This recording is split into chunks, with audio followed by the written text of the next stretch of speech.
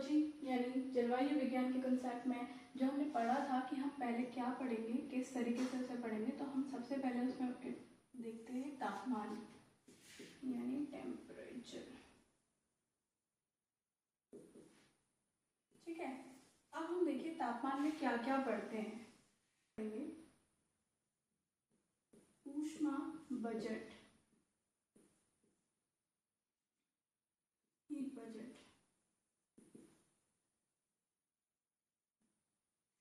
ठीक है, अब हीट बजट या इसको बोलते हैं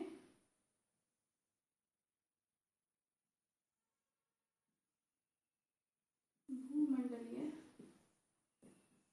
विकिरण संतुलन। क्योंकि आप सबको पता है कि जो सूर्य से जो विकिरण आता है, सूर्य से जो रेज आती है, उसी से पृथ्वी का गर्म होना, वायुमंडल का गर्म होना, या उसको वापस स्पेस में किसने कितना एब्जॉर्ब करा, किसने कितना वापस स्पेस में भेज दिया, तो वो सारी चीजें यहीं से रिलेट करेंगी। इसीलिए इसे भूमंडलीय विकिरण संतुलन कहते हैं। ठीक है, ग्लोबल रेडिएशन, ग्लोबल रेडिएशन। अब इसका इम्पोर्टेंस क्या है? इसका इम्पोर्टेंस ये है कि पृथ्वी का ताप, पहला इसका इम्पोर्टेंस क्यों है, क्यों इसको हम पढ़ रहे हैं कि पृथ्वी का ताप स्थिर क्यों है, क्यों रहता है। ठीक है, फिर दूसरा क्वेश्चन ये यहां से उठता है, क्या अभी भी ताप सही है, क्या अभी भी ताप संतुलन में है, क्या वर्तमान में ताप संतुलन में है।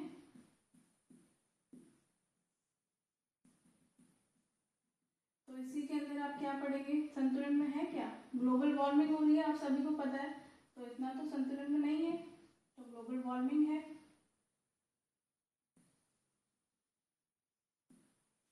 संतुलन में है, संतुलन तो नहीं है, असंतुलन है, तो उसको बोलते हैं तापीय विसंगति, तापीय विसंगति। ठीक है, यानी अनएवली टेम्परेचर। ठीक है, तो बेसिकली हम इन सारे क्वेश्चंस के आंसर किस में पढ़ेंगे, जब हम ऊष्मा बजट पढ़ रहे होंगे अभी। उसके बाद हम इसमें दूसरी चीज पढ़ेंगे,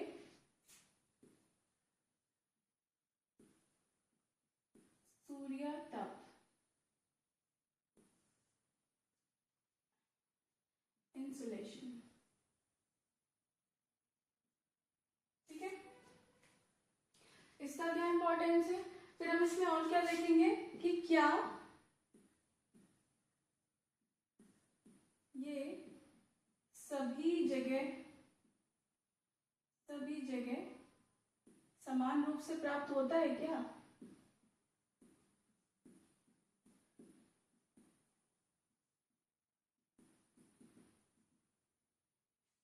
ठीक है, वैसे तो नहीं होता है। फिर हम इसमें पढ़ेंगे, इसमें क्या क्या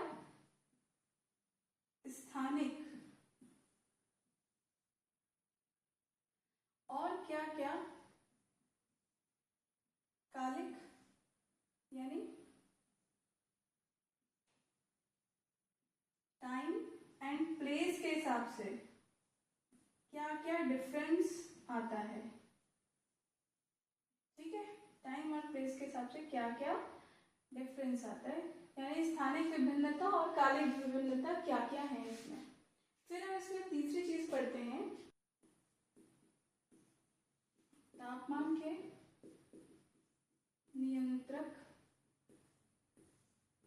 कारक, यानी ऐसे कौन कौन से फैक्टर हैं जो टेम्परेचर को कंट्रोल करते हैं। ठीक है, अब इसमें हम दो चीजें पढ़ेंगे। इसमें हम पढ़ेंगे तापमान का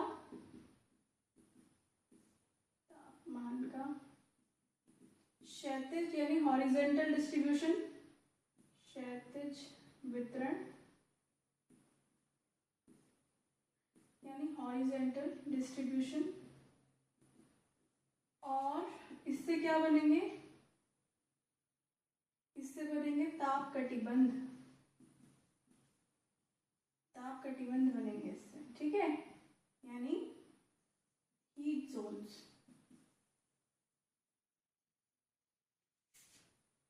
और you can say temperature zones, जो भी आप बोलो, ठीक है। फिर दूसरी चीज इसमें होगी तापमान यानी टेम्परेचर का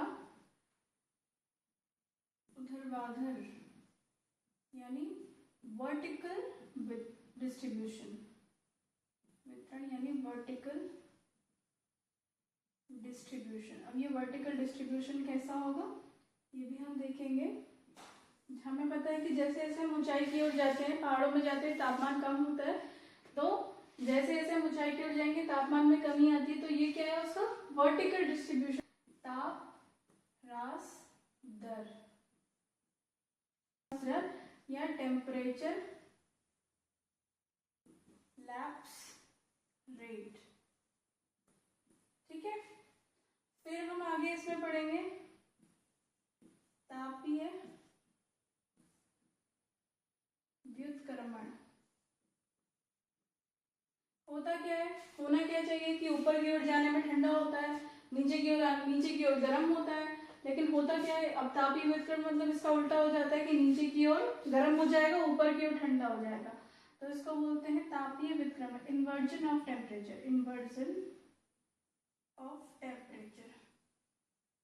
ये सारी चीजें हम इसके अंदर पढ़ेंगे, ठीक है। इतना क्लियर होगा। उष्मा बजट, सूर्य ताप, तापमान के नियंत्रण कारक, ये सारी चीजें, स्थानिक और कालिक विभिन्नता किस तरीके से होती है सूर्य ताप में या इंसोलेशन में।